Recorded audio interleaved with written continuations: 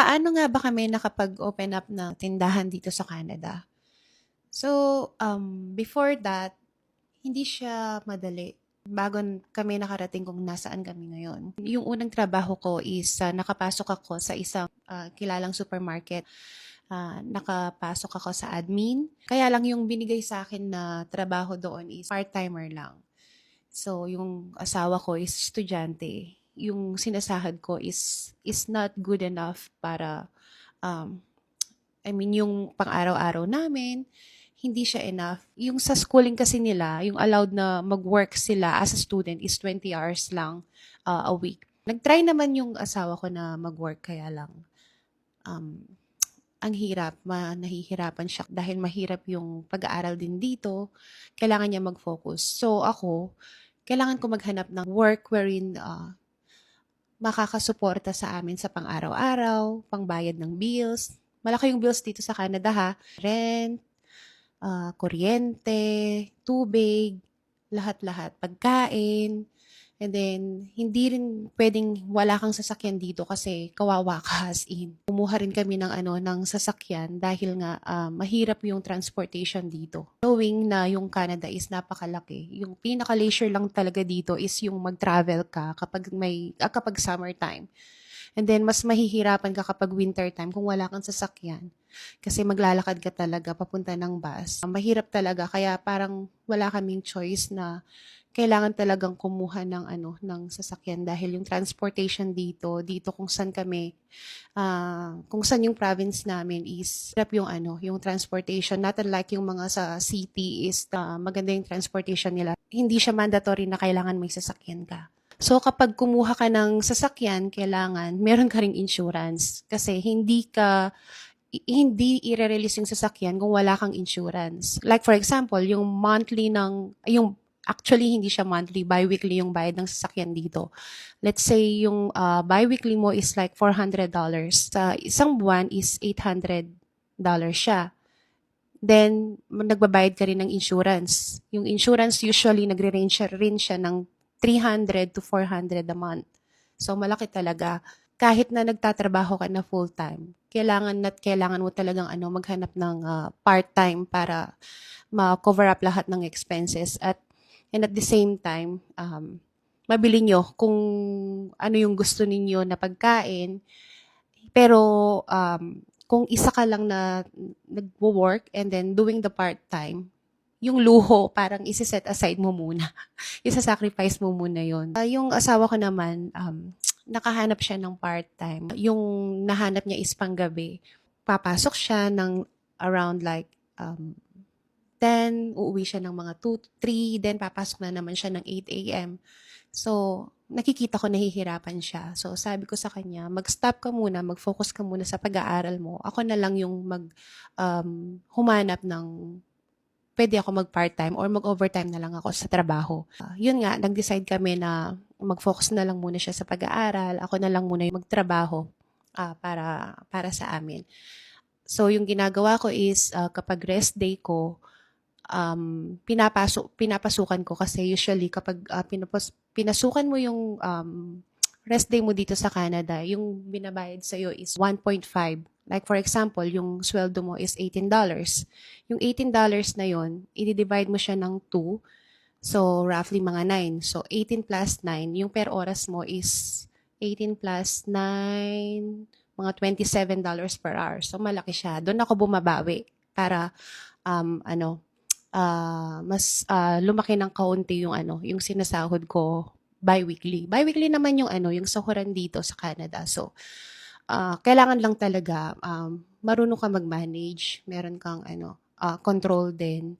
And pinag-uusapan lahat-lahat yung gastusin, yung mga plano dito para at least eksakto yung pagbabudget ninyo. Yung pinasukan ko na trabaho na wherein yun nga nakakapag-part-time ako na medyo mas malaki. It's against my will talaga. Hindi ko na lang siya i-mention kung anong work yun.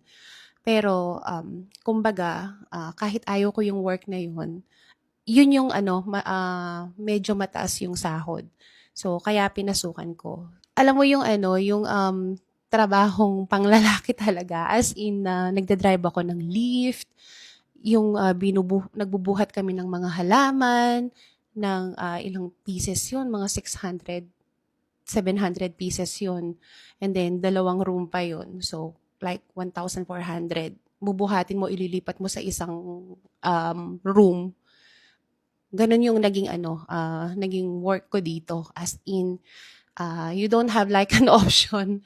Meron ka namang option, kaya lang dito kasi sa New Brunswick medyo hirap maghanap ng trabaho dahil nag-start pa lang yung probinsyang to. Hindi pa talaga siya fully developed, kaya limited lang ng mga pwedeng mapasukan na trabaho, as in maraming competition talaga bago ka makuha. Yung trabaho, kayang-kaya ko eh. Kayang-kaya ko talaga. Kaya lang, medyo nahirapan ako actually talaga maraming Filipino na nandoon. Kaya nung una, masaya din ako na, maraming Filipino, kaya for sure hindi ako maiinip, mag-enjoy ako. Kaya lang, yung katotohanan dito sa ibang bansa, or let's say na dito na sa Canada, kasi na-experience ko eh.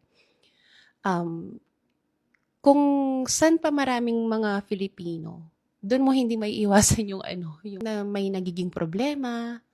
Minsan hindi mo na problema, nagiging problema mo pa kasi kailangan mong makisama, ganon. Basta mahirap siyang i-explain na let's make it short na lang, na parang na-stress talaga ako dito dun sa naging environment ko, dun sa trabahong yon. Actually, 3 months pa lang ako dun sa trabahong yon. Na-promote ako basta 3 months lang na-promote ako for certain position. Nung pagka-promote ko, parang 3 months pa lang, kasi provisionary pa lang ako nun eh. So, pagka-promote ko, nag-layout naman, kailangan mag-layout ng company. Then, isa yung department na yon na kasama dun sa kailangan merong i-layout ng 1 o 2 tao. Na taon is isa ako dun sa mga bagong hire dun sa position na yon.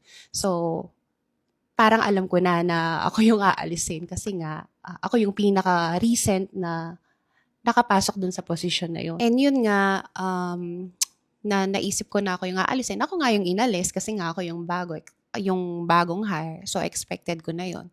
Sinabihan ako na ganun nga, kailangan. So, wala naman akong option, wala akong magagawa. So, kailangan kung hindi naman ako maaalis dun sa company, kaya lang, babalik ako kung saan ako nanggaling, kung saan ako nag-start. So, bumalik ako doon. Siguro mga after mga 3 weeks, hindi naman. Pero siguro mga after a month, or mga 1.5 month, nag-open ulit yung position na yon. Siyempre, mag-a-apply ako ulit kasi meron na akong experience, alam ko na yung magiging work ko. So, nag-apply ako. Kasi yung application doon is magpo-focus sila internally muna. Nag-apply ako. So, siyempre, yung sa side ko, medyo mag-expect ako ng kaunti dahil nga nanggaling na ako doon. Meron na akong edge sa mga ibang mag-a-apply kasi nga nanggaling na ako doon. After that, after ng interview ulit, kasi dadaan ulit kami ng interview, merong mga panel, merong mga big boss na haharapin mo, hindi ako nakuha. Yun. So, hindi ako nakuha. Pero, syempre, mabigat yun. Diba? Nanggaling na ako doon. So, parang magsa-self-pity ka, bakit hindi ako nakuha? Ganun. As time goes by, natatanggap ko na rin na baka mas yung napili nila, mas knowledgeable, mas experience siya sa akin, yung pinag-aralan talaga niya. So, ganun na lang yung inisip ko. Naghintay ako ulit, after siguro mga 2 to 3 months, nag-open up ulit yung position na yon. So, yung nangyari is, nag-apply ako ulit. And then, hindi na naman ako nakuha. So, parang mabigat na kasi parang nagsi-self-pity na ako na siguro kaya hindi ako kinukuha kasi hindi ko nagawa ng maayos yung trabaho ko noon. Hindi ko rin alam kung ano yung reason, pero ang dami ring nagsasabi sa akin na kaya ko, maganda yung naging performance ko nung nandun ako sa position na yon. Under dun sa position na yon, yung mga tao doon is sinasabi naman nila na I did great talaga dun sa position. So, hindi ko na rin alam kung ano yung reason behind that. Bakit hindi ako ulit nakukuha. So, eto na naman, nag-try na naman ako for the third time. Pero sinabi ko na sa sarili ko, kapag hindi pa ako nakuha dito, wag na. Kasi masyado na siyang masakit na um, bakit hindi ako kinukuha. Kumbaga, pinipilit ko na lang yung sarili ko na makapasok dun sa position na yun ulit. So, nag-apply ako ulit, third time. So, hindi na naman ako nakuha. So, yung bigat na. So, sabi ko sa sarili ko, kailangan ko nang mag-move on and then tanggapin na lang yun. So, nag-focus na lang ako kung anong position ko, kung anong meron ako na trabaho. Doon sa department na nandun ako, kung saan ako nagtatrabaho, is merong hiring na mas mataas na position dun sa position ko. So, parang shift lead, ganon. Nag-apply ako kasi alam ko naman sa sarili ko yung capabilities ko. Alam ko naman na kaya ko. Hindi ko naman papasukan yung isang bagay na hindi ko naman alam sa sarili ko na hindi ko kakayanin, di ba? Ba't pa ako mag-a-apply? So, nag-try ako. Ang dami rin nagsasabi na apply ka, ganun-ganun, kasi galing ka na dun sa, na-promote ka na dati, ganyan. So, nag-try ako. Ka-try ko, syempre, mga interview kami nung mga boss namin, ganyan. So, hindi ako nakuha. So, alam mo yon yung parang, ang pait-pait ng ng promotion para sa akin that time. And then, sabay-sabay na yung ganong nangyayari, yung negativities na nangyayari. That year is 2023. 1 year pa lang kami dito sa sa Canada noon. So 2023, parang ang bigat. Sobrang bigat niya para sa akin. 2023 din, namatay yung father ko, November 21, 2023. So, alam mo yun, yung sobrang bigat na hindi ako nakukuha sa trabaho, namatayan ako ng tatay, tapos sumabay pa yung mga ibang naging kaibigan ko dun sa trabahong yun, nagkaproblema kami, ganon. Tapos dumating ako sa point na nawalan na ako ng gana na pumasok sa trabahong yun. Kasi parang ang bigat na ng paa ko pumasok sa trabahong yun. Kasi, ewan ko, basta mabigat na siya sobra. After nung bereavement leave ko, hindi naman kasi ako nakauwi, pumasok ulit ako sa trabaho. Kahit mabigat siya, ayaw ko na. Wala akong choice kasi kailangan kong pumasok para sa mga expenses namin, para sa kakainin namin, di ba? Kasi hindi pa graduate yung asawa ko noon. Pagkapasok ko, mga 2 to 3 days pa lang siguro ako nakakapasok is nasa lift ako. Alam mo yung yung forklift na tumataas, bumababa, dinadrive mo. Talagang nag-training ako doon, minamando ko 'yun. Talagang alam kong paano paandarin. So, pagkapasok ko, yun nga, nasa trabaho kami, nasa isang room kami. Dalawa kami dun sa lift na 'yon na nagwo-work. Tapos nangyari is, alam mo yung ang malas-malas ng taong yon, naaksidente ako, na naipit yung paa ko as in sa mga bank, yung bakal talaga, pumasok siya sa paa ko. Sobrang sakit talaga, talagang umiyak talaga ako, sumigaw ako na ang daming tao nun siyempre yung mga kasamahan kong nagtatrabaho. Dun sa aksidenteng yun, ang dami kong natamaang mga soft tissue sa paa ko. So, talagang namaga siya. Alam mo yung, ano ba 'tong nangyayari? Ano ba 'tong nangyayari? To the point na, siyempre naka-leave ako 'no, nag-leave ako dahil nga naaksidente. Almost 1 month, nasa bahay lang. Kasi talagang hindi ako makalakad after that incident. Nakasaklay talaga ako bago maka-move o kaya kailangan ko yung assistance ng asawa ko, ng mga anak ko para makalakad, gano'n. Siyempre nandun ka sa moment na nasa bahay ka lang, na marami kang iniisip kasi nga nagtatrabaho yung asawa ko, yung mga bata is pumapasok sa school, ako lang yung naiiwan sa bahay. Hindi mo maiwasang mag-isip dahil nga na dapat nasa trabaho ka, nasa bahay ka. Meron namang benefits na nakukuha from the government, but Hindi siya kagaya ng nagsusweldo siyempre, parang kalahati lang gano'n. So, sakto lang siya na pang-cover up sa mga expenses. So, gano'n talaga. Wala naman akong choice, eh. Hindi naman ako puwedeng magtrabaho dahil nga do'n sa nangyari, 'di ba? Isang araw, parang ano, napakabigat nung araw na 'yun na tinanong ko siya, yung alam mo na, tinanong ko siya na, "Bakit mo binibigay yung bigat na 'to sa akin? Bakit sunod-sunod?" Yung gano'n bang bagay na, "Bakit ang daming ano, negativity ang nangyayari sa buhay ko? Yung deserve ko ba 'to? Kasi hindi naman ako nagkulang sa pamilya ko sa Pilipinas, sa mga kaibigan ko." Parang though hindi tama na questionin siya na, "Bakit?" Pero alam mo 'yun, yung parang, sa sobrang bigat hindi ko na ano, maiwasang hindi mag-isip ng gano'n na questionin siya, na hindi naman ako masamang tao, ginagawa ko lahat. Ako nga yung nagtatrabaho para at least 'di ba, maka-survive kami dito sa Canada. Tapos ang dami ng pumapasok sa isip ko na, tama ba na pumunta kami dito? Ang dami, gusto ko nang umuwi sa Pilipinas actually talaga that time. Pero alam mo 'yun, parang that time is wala rin akong option. Kasi, ah, iniisip ko parang ang dami na naming sinakripisyo para umuwi lang, 'di ba? Then iniisip ko rin yung mga anak ko, yung, magiging future nila, nandito na kami, sisirain ko pa ba, 'di ba? Pero yung moment na yun, na na-question ko si God is, nilabanan ko siya na dapat hindi gano'n yung isipin ko. So, nung puwede na akong bumalik sa work, yung ginawa ko is kasi ang aga naming pumapasok, eh. Dapat 6:30 AM nandun ka na, dun sa trabaho. Meron kaming exercise before work, gano'n. So, kailangan kong labanan yung ano, yung, bigat na nararamdaman ko.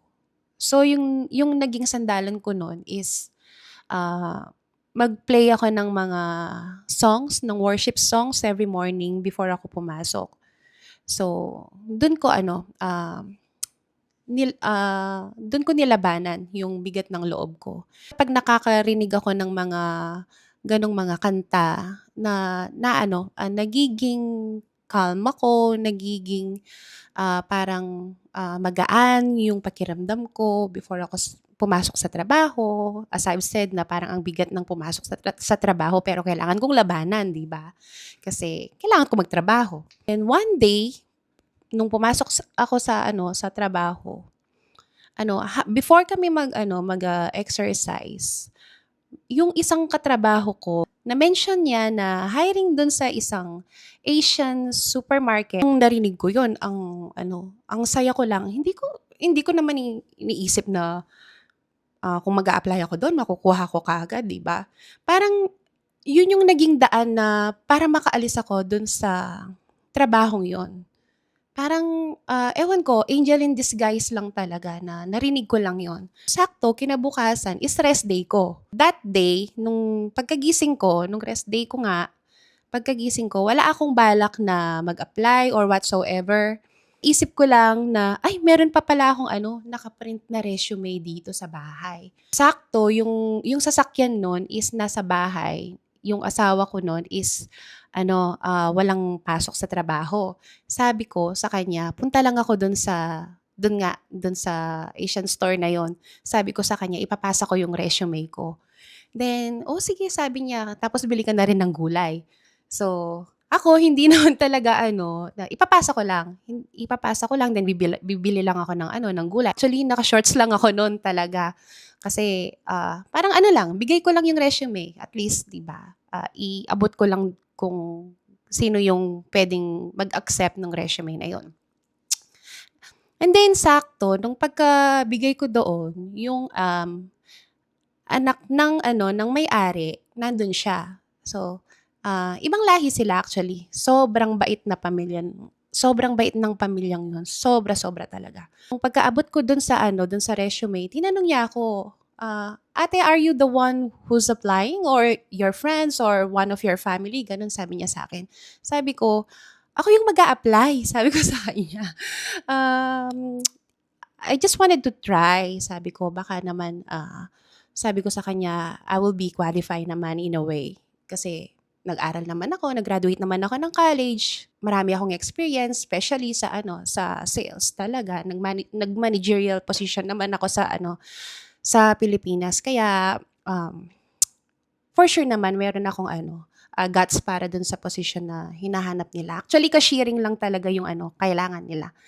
And then, nung pagkapasa ko nung resume na yun, sabi niya sa akin, "Ate, you can start na tomorrow."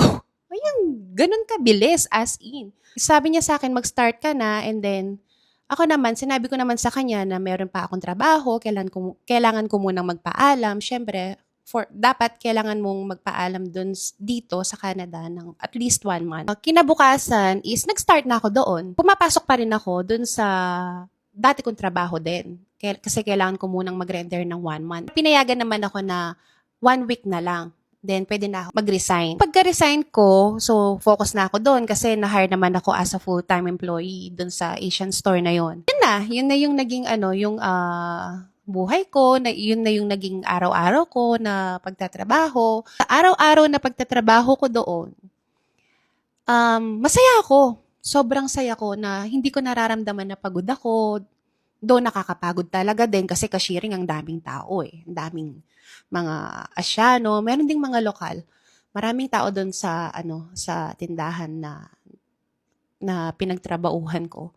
Nakikita ko sa sarili ko na masaya ako. Masaya ako nakikita yung mga tao, nakakausap ko sila, ang daming mga Pilipino, ganon. Maraming times na nangyayari na nakakasalubong ko sila, hindi ko sila kilala by name, pero alam mo yon, kahit minsan mo lang sila naka-interact, kilala ka nila. Uy, ganyan, nandiyan ka pala. Kunyari, makakasalubong mo sila sa sa labas, kapag sa mall, mamamalengke, ganyan, or basta kung saan-saan na lang. Uy, ganyan, nandito ka rin pala, ganun. Kilala ako kasi nga, ako yung cashier doon.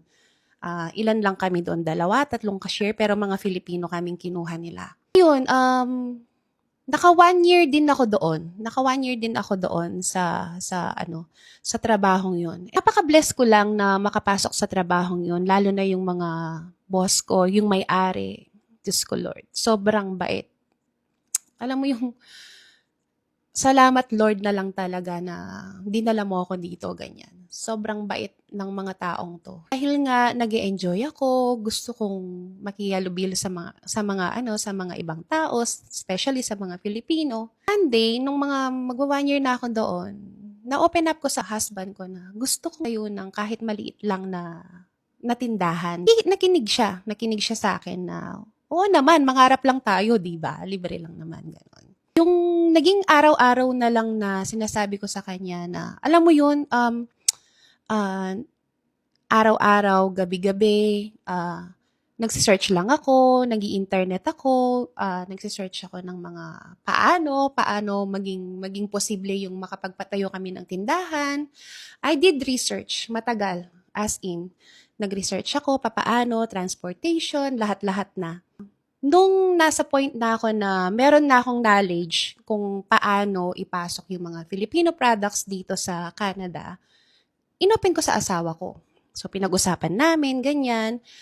Good thing, meron din kaming mga kaibigan na mga accountant dito na tinulungan kami, ganyan. Basta yung plano is talagang matagal siya. Matagal siyang proseso bago kami makapag-open up ng tindahan. Alam mo yung yung talagang sumugal kami ng asawa ko na yung pera namin na ipon namin talagang, tara, sige na, bahala na, basta ganyan.